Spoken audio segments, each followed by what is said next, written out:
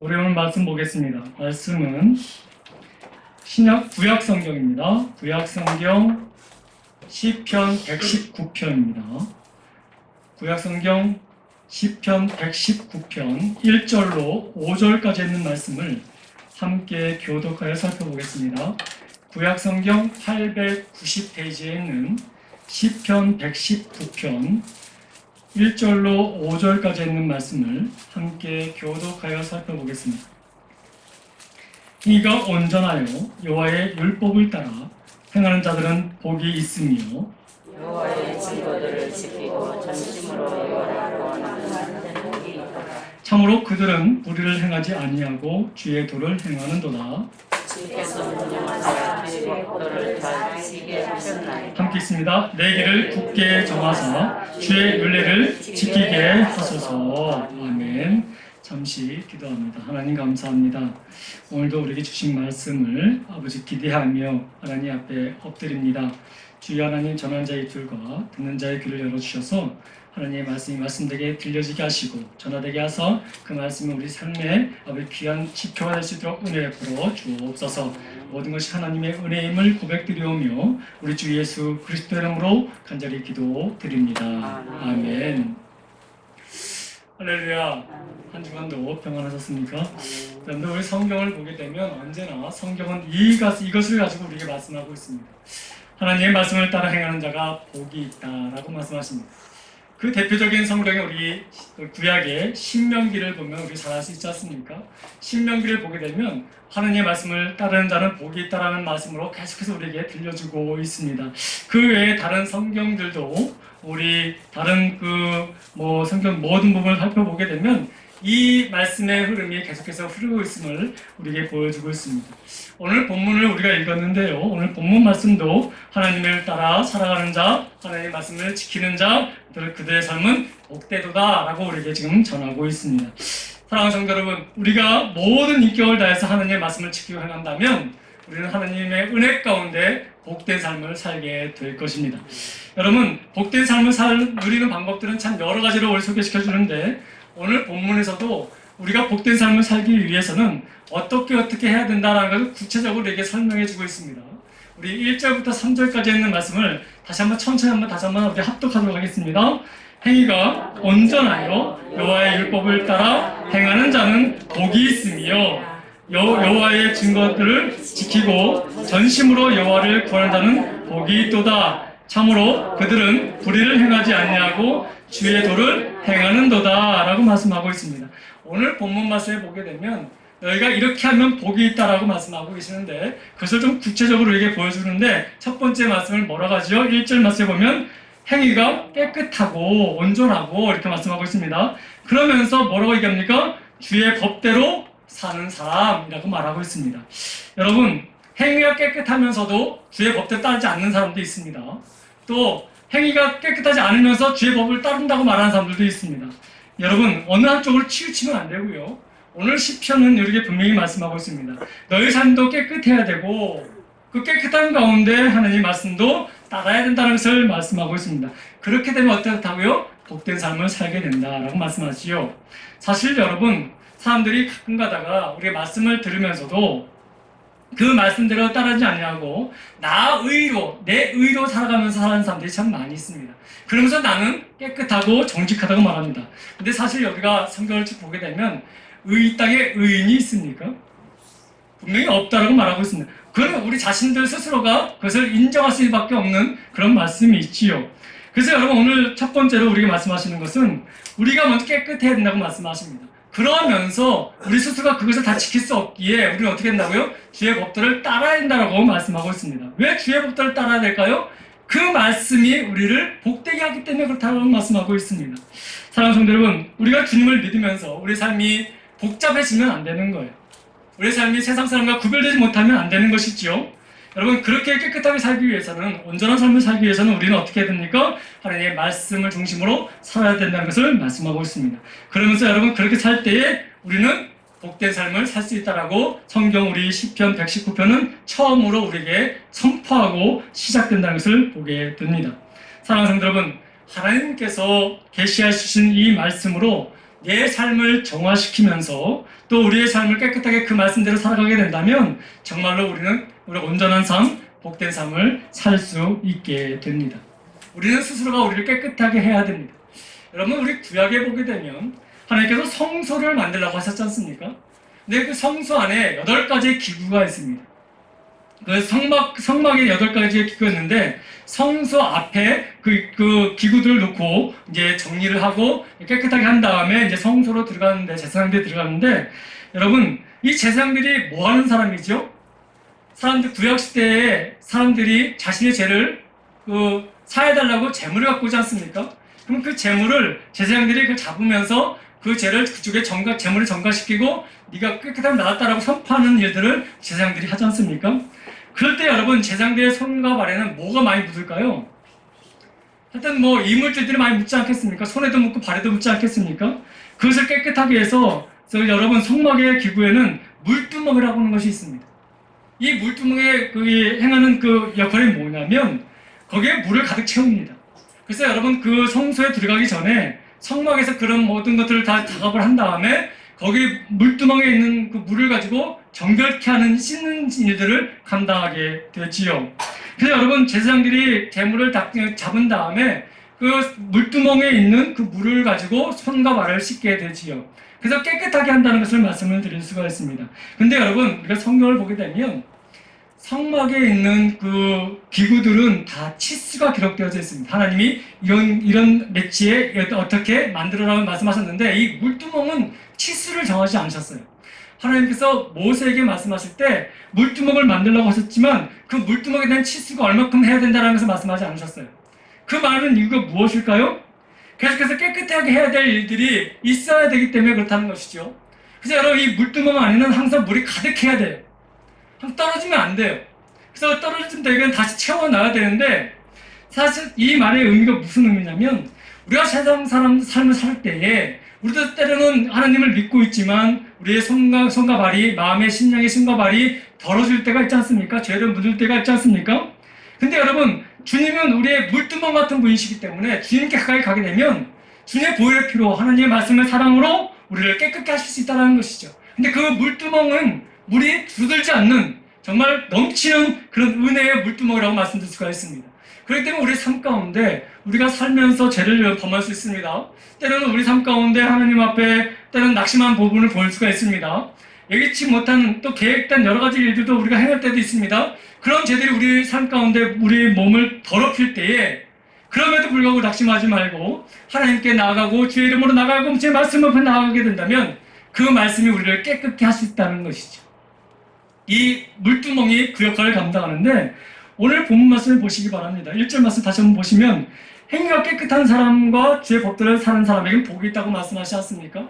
이 말은 무슨 말입니까? 우리 스스로가 온전히 행할 수 있는 능력이 없어요. 그러니까 어떻게 해야 됩니까? 우리는 그런 느낌을 받을 때마다 계속해서 우리는 어떻게 됩니까? 말씀 앞에 가까이 가야 되는 거예요. 그 말씀이 나의 마음에 새겨지고 그 말씀 때는 우리의 죄악을 끄집게 된다면 그 말씀을 통해서 우리는 정결할 수 있도록 기도하며 하나님 말씀을 구할 때에 우리는 깨끗하게 될 수 있다는 것을 말씀하고 있습니다. 그럴 때 너희는 복이 있다라고 말씀하고 있고요. 그 삶이 우리 복된 삶이라고 말씀하고 있습니다. 그러니까 여러분, 복된 삶은 세상에 있는 것도 아니고 나의 능력에 있는 것도 아니고 내 생각에 있는 것도 아니라 하나님의 말씀 안에 있다는 것을 우리에게 말씀하고 있는 것이죠. 그러니까 여러분, 인생에 우리 복된 삶을 살기 원한다면 하나님을 떠나서는 할 수가 없는 것을 말씀하고 있습니다. 그래서 성경이 반드시 전제를 하고 깔고 나가는 말씀이라고 말씀드릴 수가 있지요. 사랑하는 성도 여러분, 우리 예수 그리스도의 보혈은 여러분 한계가 있나요? 없습니다. 여러분, 그렇기 때문에 여러분, 우리가 때로는 삶 가운데 이렇게 저렇게 살다가 때로는 낙심하게 되고 더러운 오물이 삶 가운데 우리에게 묻을 때에도 주님 앞에 나아가게 되면 여러분, 그 은혜가 우리를 깨끗하게 할 것입니다. 그것이 바로 보혈의 은혜이지요. 그러니까 여러분, 우리가 어떤 환경이든 간에 그분의 말씀대로 그분의 말씀 앞에 나아가며 그 말씀을 내 마음에 각인시키고 그 말씀 때로는 우리의 삶과 우리의 죄악을 꾸짖게 된다면 그 말씀에 감사하며 하나님께 구하는 은혜가 있기를 소망합니다. 그것이 여러분 우리 삶을 깨끗게 하고 복된 삶으로 인도하는 은혜가 되기 때문에 그렇습니다. 그래서 여러분, 하나님의 말씀은 우리 인생에 나침판 것 같다라고 말씀할 때가 참 많이 있지 않습니까? 여러분, 우리가 길을 갈 때 목표가 분명한 곳, 또 가야 될 방향이 분명하지 않으면 우리는 자로나 흔들릴 수밖에 없지 않습니까? 근데 하나님의 말씀은 나침판과 같아서 동서남북을 정확히 알려주시고 우리의 목적지를 바르게 알려주시기 때문에 우리는 바르게 살 수 있다는 것이죠. 바르게 살게 되면 복을 누릴 수가 있게 되는 것입니다.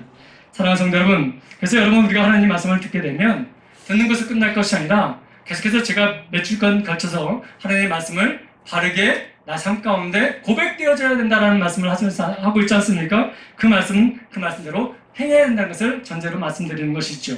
그래서 여러분 로마서 2장 13절 말씀을 보게 되면 이렇게 우리에게 말씀하고 있습니다. 로마서 2장 13절 말씀을 함께 다 같이 읽어보겠습니다. 함께 있습니다. 하나님 앞에서는 율법을 듣는 자가 의인이 아니요 오직 율법을 행하는 자라야 의롭다 하심을 얻으리라. 아멘. 여러분 우리 다 듣습니다. 근데 여러분 듣는 것을 끝날 것이 아니라 여러분 참된 복된 삶을 살기 원한다면 우리는 그 말씀을 들은 것과 함께 우리 삶을 함께 나아가야 된다는 것을 말씀을 드립니다.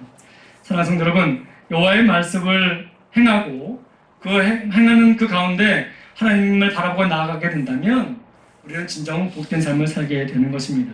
그렇기 때문에 여러분 전제로 첫 번째로 우리 시편 기자가 우리에게 말하는 말씀은 여러분 듣는 것으로 멈추지 말고 그 들은 것을 행하십시오 라고 우리에게 말씀하고 있다는 것입니다. 두 번째로 그러면서 우리에게 또 증거하는 말씀이 무엇이냐면 여러분 두 번째로 여러분들은 인생의 복된 삶을 살기 원한다면 이렇게 해야 됩니다 라고 말씀하고 있는데요. 그것을 2절 말씀에서 우리에게 증거하고 있습니다. 2절 말씀 한번 보겠습니다. 여호와의 증거를 지키고 전심으로 뭐라고요? 여호와를 구하는 자가 복이 있도다.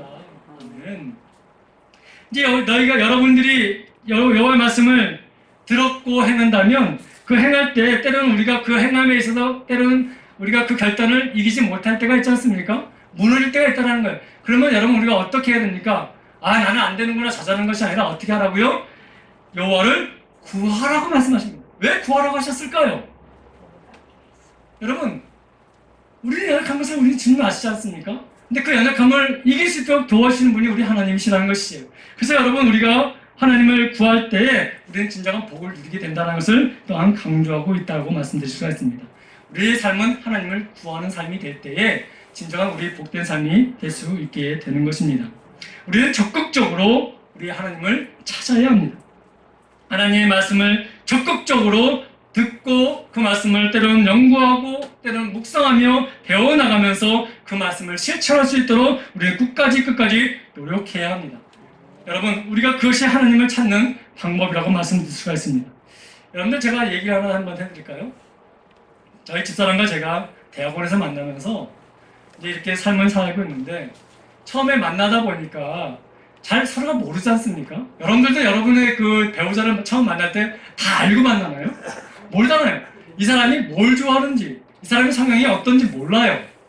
그러니까 여러분, 이 사람이 내 마음에 맞게 되면 어떻게 하죠? 이 사람에 대해서 알고 싶어서 노력하지 않습니까? 저 사람이 뭘 좋아하지? 저 사람이 뭘 싫어하지? 저 사람이 어떨 때 기분이 좋아하지? 어떨 때 슬퍼하지라는 것을 우리가 하나하나씩 우리가 알아가고 있지 않습니까? 왜 그럴까요? 사랑하려고 하기 때문에. 또 좋아하기 때문에 그렇지 않습니까? 마음에 들기 때문에 그런 거예요. 우리 여러분, 그것을 비유해서 우리가 또 하나님의 말씀을 우리가 왜 살펴봐야 되냐면 우리가 하나님을 사랑하지 않습니까? 하나님은 우리를 사랑하지 않습니까? 그렇다면 여러분 우리는 하나님이 무엇을 좋아하시고 무엇을 싫어하는지를 우리는 계속해서 노력해야 되는 거예요. 우리가 하나님을 사랑한다고 말하면서 우리는 하나님에 대한 것을 알려고 하지 않는다면 우리는 그 사람을 사랑한다고 말할 수가 있을까요? 하나님은 우리의 모든 것을 알고 계십니다. 우리 앉고 서는 것, 눕고 잠자는 모든 것을 다 알고 계십니다. 근데 우리는 정작 하나님을 사랑한다면서 하나님이 무엇을 좋아하시고 무엇을 싫어하시는지에 대한 부분을 우리가 관심을 갖지 않을 때가 참 많이 있습니다. 사랑하는 성도 여러분, 우리는 온 마음을 다해서 하나님을 알아야 합니다. 근데 그 아는 것으로 끝나는 것이 아니라 그분이 좋아하신 것을 찾아서 그분이 좋아하신 대로 살아가야 됩니다. 왜? 사랑하면 여러분 싫어하는 짓을 하지 않아요. 여러분, 제가 우리 권사님을 사랑하고 우리 장로님을 사랑합니다. 그러면 우리 장로님과 권사님이 싫어하는 것을 제가 할까요? 하지 않지요. 더 좋아하는 것만 해드리고 싶어 하는 것이 이게 사랑 아닌가요? 그러니까 여러분 우리가 하나님을 믿고 하나님을 사랑한다고 고백한다면 우리는 하나님이 좋아하신 것이 무엇이고 싫어하는 것이 무엇인지를 분명히 깨달아서 그 하나님이 좋아하신 것을 행할 수 있도록 우리는 노력하게 되는 것이죠. 근데 여러분 안타깝게도 우리는 그런 삶을 살지 못할 때가 많다는 것입니다.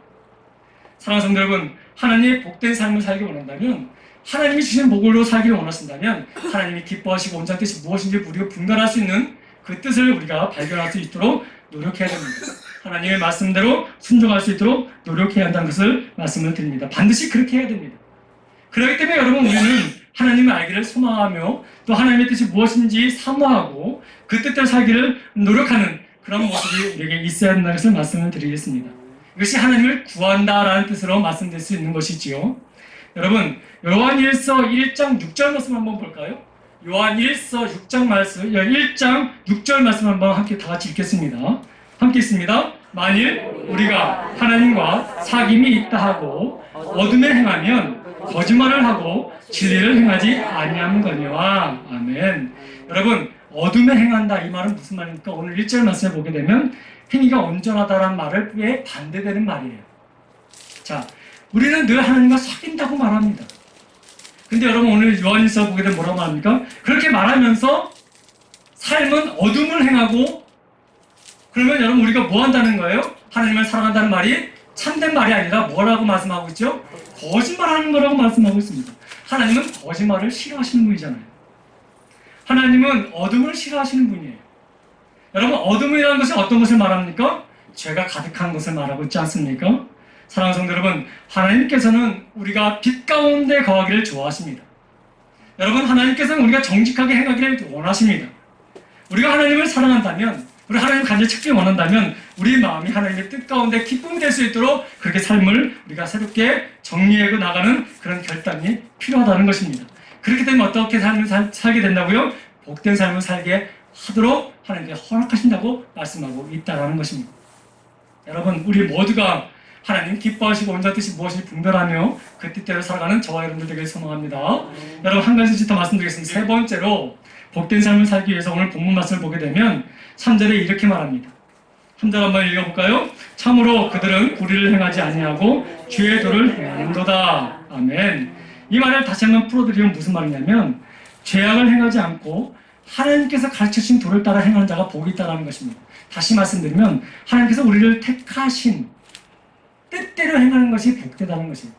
다시 말씀드리면 우리를 부르신, 여러분 어떤 것이에요? 사명, 소명대로 살아가는 것이 복 있는 삶을 산다는 것을 말씀하고 있습니다. 간단하게 말하면 우리가 말씀대로 선을 행하고 삶을 살아갈 때에 우리는 복된 삶을 살 수 있다고 말하고 있죠. 근데 여기서 말하는 선은 무슨 말입니까? 여러분 이 땅에 선한 자가 있습니까? 선을 행한 사람이 있습니까? 없어요. 주님도 말씀하셨지 않습니까? 이 땅에 선한 것이 누가 있느냐? 하나님 외에는 선한 것이 없다라고 말씀하지 않습니까? 근데 여러분 이 선을 행해야 된다고 말씀하고 있습니다. 그렇다면 우리는 어떻게 해야 된다는 것이죠? 하나님을 바라보면서 하나님이 어떻게 살기 원하신 것을 깨달을 때에 또 그 하나님 나를 지명하여 부르신 뜻이 무엇인지를 깨달고 그 사명대로 살아간다면 우리는 어떤 삶을 산다고요? 복된 삶을 살게 하신다고 말씀하고 있는 것입니다. 여러분 저는 목사로서 부름받았습니다. 여러분들은 또 장로로, 권사로, 집사로, 성도라는 이름으로 우리를 불러주셨습니다. 그 부르신 뜻대로 우리가 어떻게 살아가는지 우리는 이제 말씀을 계속 들어 알기 때문에 우리가 나아갈 방향과 삶을 어떻게 살아가야 되는지를 우리는 잘 알고 있습니다. 여러분 그 뜻대로 살아갈 때에 우리는 복된 삶을 살게 되는 것이지요. 여러분 구체적으로 한 가지 더 말씀드리면 우리 모두에게 여러분 하나님께서 함께 해주신 말씀이 있는데 그 무슨 말씀입니까? 주님께서 이 땅에서 그 승천으로 올라가실 때 뭐라고 말씀하셨습니까? 땅끝까지 이르러 내 증인된 삶을 살아.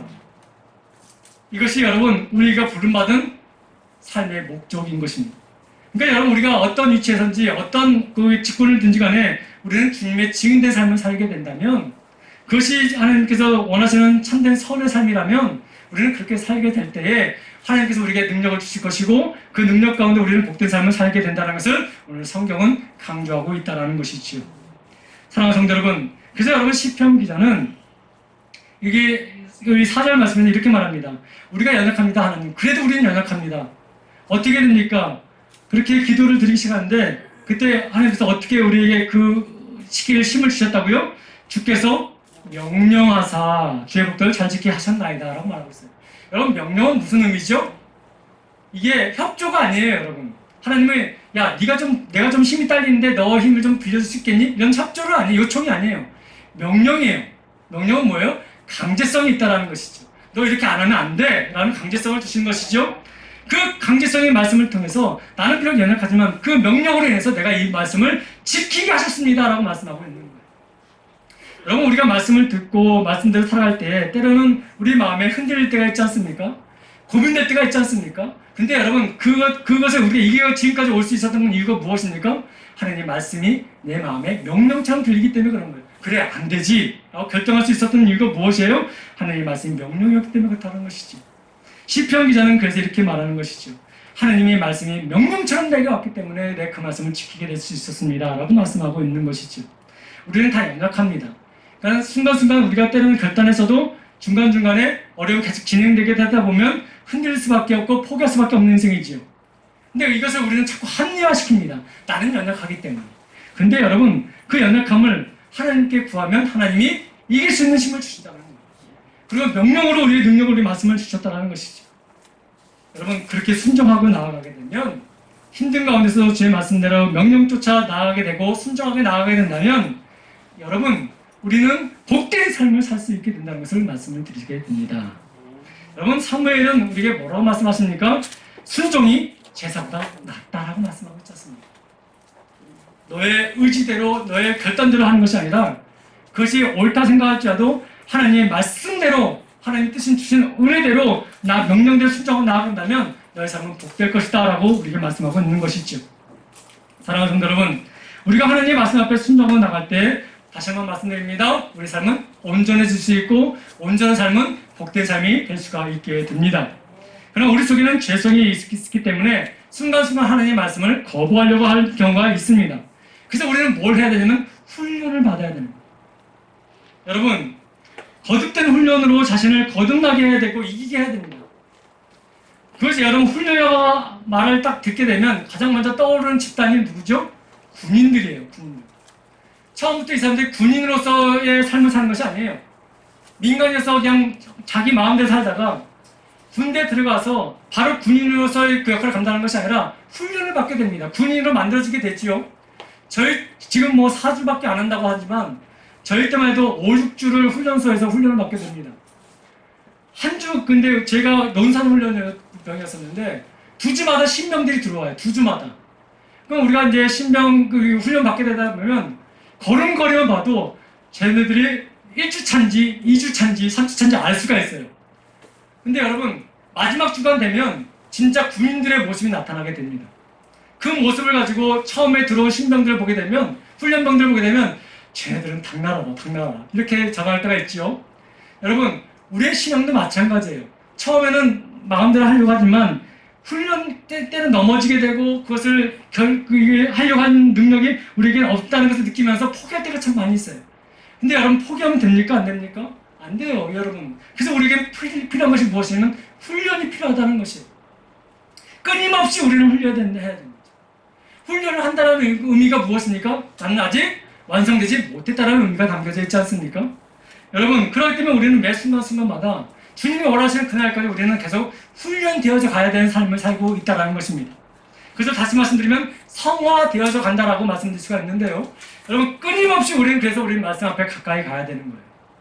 목사님, 저도 끊임없이 하나님 가까이 가지 않으면 어느 순간에 넘어질 수가 있고 시험에 빠질 수가 있는 거예요.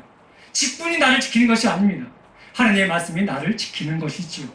그러니까 여러분, 우리 언제든지 항상 하나님 앞에 말씀 앞에 가까이 가야 돼요. 삶이 분주할수록, 삶이 혼란스러울수록, 결정할 것이 많을수록 우리는 하나님 앞에 가까이 가서 하나님께 구하셔야 되는 거예요. 그래서 하나님의 뜻대로 우리가 구하고 나갈 때 이것이 다 훈련되어지는 과정이에요. 그래서 또 말씀을 우리가 계속 봐야 되고 또 우리가 기도의 훈련도 받아야 되고 그러면서 내 삶이 점점 정리되어져 갈 때 하나님의 온전한 뜻을 따라 살아갈 수 있는 점점 가까이 가는 하나님의 군사로 살아가게 되는 것입니다. 근데 이것을 우리가 자꾸 거부할 때가 많다는 거예요. 다 알아. 예전에 해봤어. 여러분, 예전에 해봤다고 해서 지금 하지 않아도 된다는 말씀이 아니에요. 우리는 아까도 말씀드렸지만 끝까지 주님 앞에 설 때까지 우리는 성화되어져 가야 된다고 말씀드렸습니다. 그렇기 때문에 여러분, 어떤 간에 나의 부족함을 인정하시고 겸손하게 하나님 앞에 서야 된다는 것을 말씀을 드립니다. 그리고 그 말씀이 때로는 나에게 기쁨을 주면 순종하고 또 내 마음에 찔림이 있으면 거부하는 그런 삶이 아니라 기쁨을 주던 또 확신을 주던 또 마음에 찔림을 주던 아픔을 주던 그 말씀에 순종하려고 노력하고 애쓸 때에 하나님께서 그것을 이기게 하시는 놀라운 힘으로 우리를 복된 삶으로 인도하신다는 것이죠. 그래서 여러분 오늘 시편 기자는 우리 읽은 마지막 5절에 뭐라고 말합니까? 간구하고 있습니다. 하나님께 기도합니다. 내 길을 굳게 정하사 주의 윤례를 지키게 하소서. 하나님 저를 지켜달라고 기도하는 거예요. 이 시편 기자가 믿음이 없어서 구한 것이 아니에요. 이 또한 여러분 우리보다 더 훨씬 더 많은 기도와 하나님 앞에 다짐하고 나가는 그런 결단들이 있었던 시편 기자입니다. 그럼에도 불구하고 하나님 내 길을 정하셔서, 근데 내 길이 어떤 길이에요? 나의 유익을 위한 길이 아니라 하나님이 내게 주신 그 길을 말하는 거예요. 그 길을 정하게 하셔서 어떻게 하는 것이요? 그 길을 갈 수 있도록 주의 말씀을 지키게 해달라고 기도하고 있다는 거예요. 그래서 여러분 우리가 말씀을 듣고 깨닫는 것도 중요한데 그 말씀을 지킬 수 있도록 누구를 찾아야 된다는 거예요? 하나님을 찾아야 되는데 그 찾는 방법이 기도라고 우리에게 말씀하고 있어요. 사랑하는 성도 여러분, 우리는 두 마음을 품기가 쉽습니다. 지금은 은혜 받아서 이렇게 하겠습니다 하지만 발걸음이 잠깐 세상으로 나가게 되면 다시 두 마음으로 우리가 흔들릴 때가 참 많이 있습니다. 꼭 이렇게 해야 되나? 그래서 그런 마음이 들 때 사단이 우리를 움직여서 그렇게 안 해도 된다라고 우리를 유혹할 때가 있습니다. 그래서 우리는 스스로가 마음을 지킬 필요가 있는데 그것을 우리 스스로가 힘으로 지킬 수 있는 능력이 없어요. 그래서 우리는 하나님을 찾아야 되는 거예요. 하나님께 구해야 되는 거예요. 주의 윤례를 성실히 지킬 수 있도록 나의 길을 탄탄히 주의 뜻대로 주의 행하신 그 길대로 흔들림 없이 갈 수 있게 해달라고 구하셔야 된다는 것입니다. 사랑하는 성도 여러분, 또 구할 때 어떻게 됩니까? 순간순간 넘어져서 부끄럼 당하지 않도록 우리 읽지는 않았지만 6절에 뭐라고 말합니까? 내가 주의 모든 계명에 주의할 때에는 부끄럽지 아니하리라. 그러니까 부끄럼 당하지 않게 해달라고 기도도 하셔야 되는 거예요.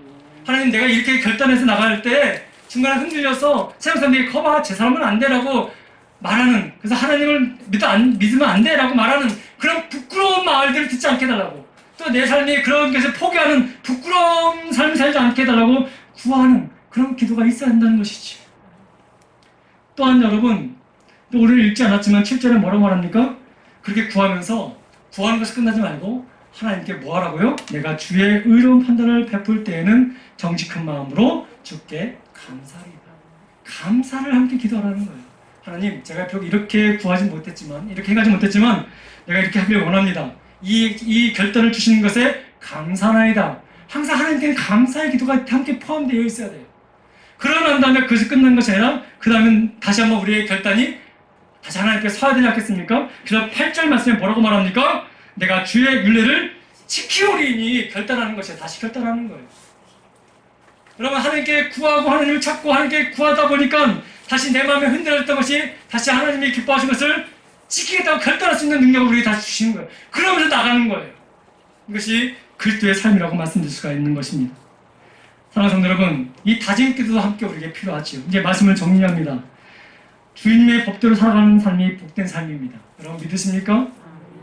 하나님의 교훈을 지키며 주님을 찾으면서 그렇게 하나님의 말씀대로 순종해 나갈 때 우리는 복된 삶이 될 수가 있는 것입니다. 여러분 믿으십니까? 때로는 그런 삶을 살 때는 우리가 여기서 아멘 했지만 때로는 그 말씀대로 살기가 굉장히 쉽지가 않아요. 그래서 우리가 어떻게 해야 된다고요? 방법을 우리가 말씀하셨지 않았습니까? 기도해야 된다고. 뭐라고 기도해야 됩니까? 하나님의 말씀을 성실히 지킬 수 있도록 기도하고, 하나님의 말씀을 지킬 때 따를 때 부끄럼 당하지 않게 해달라고 기도하고, 또 하나님의 의로운 판단을 받게 도와달라고 기도하며, 하나님 말씀을 지켜 버림받지 않도록 기도하고, 그리고 감사하며 기도하며 또 다시 한번 결단할 수 있는 기도로 하나님께 나아가라고 말씀을 드렸습니다.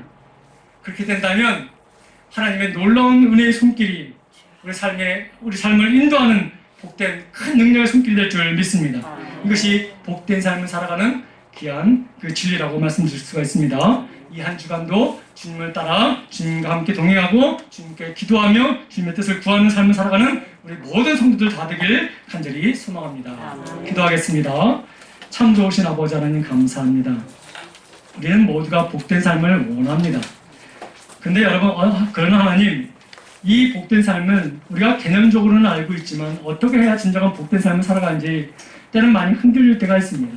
물질이 많으면 복 있는 삶일까? 하나님, 또 우리 모든 것을 다스릴 수 있는 권력이 있으면 복된 삶일까? 여러 가지 근심과 걱정과 생각을 하고 있지만 그 자리에 갔을 때에 그것이 복된 것이 아님을 깨닫게 됩니다.